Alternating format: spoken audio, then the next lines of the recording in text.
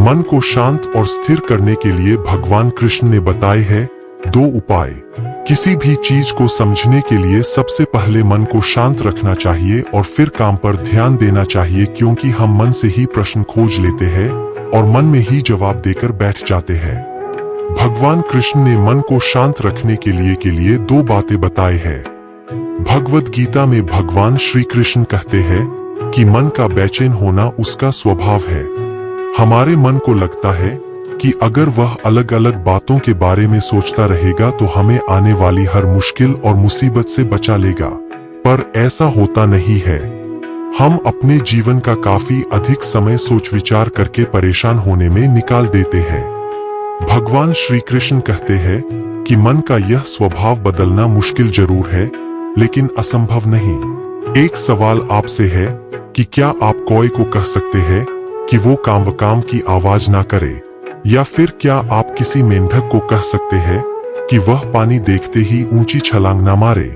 हमारे मन का भी कुछ ऐसा ही है। जीवन में कुछ भी होता है, अच्छा या बुरा, हमारा मन उस पर काम करने लगता है। काम से मेरा मतलब है चिंता करना, व्याकुल होना। कोई बुरी बात होती भी नहीं है और मन परेशानी की ऊंची लपटें लेने लगता है। कभी कभी तो मुझे ऐसा लगता है कि हम में से कई लोग सिर्फ परेशान होने के लिए जीते हैं। सारी परेशानी, पीड़ा, दुविधा अक्सर हमारी मन की बनाई हुई कहानियां होती है। भगवान श्री कृष्ण हमें हमारे मन को शांत और स्थिर करने के लिए 2 उपाय देते हैं। पहला, ध्यान लगाना या मेडिटेट करना। दूसरा, वैराग्य भाव सीखना। अब ध्यान या मेडिटेशन शब्द सुनते ही आप में से कई लोग कहेंगे कि आप आंख बंद कर सांसें अंदर बाहर नहीं ले सकते। यहाँ हम सब गलती कर बैठते हैं। मेडिटेशन या ध्यान का मतलब सिर्फ आंख बंद कर बैठना नहीं होता। मेडिटेशन का मतलब होता है अपना पूरा ध्यान किसी चीज पर लगाना और उसे हटने नहीं देना। अगर आप रोटी बना रहे हैं तो सिर्फ उस बात पर ध्यान दीजिए।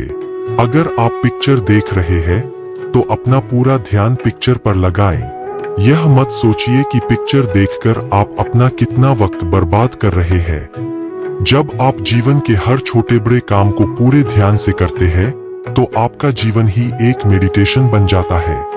ऐसे जीवन में शांति, स्थिरता, साहस और सफलता का होना अनिवार्य है।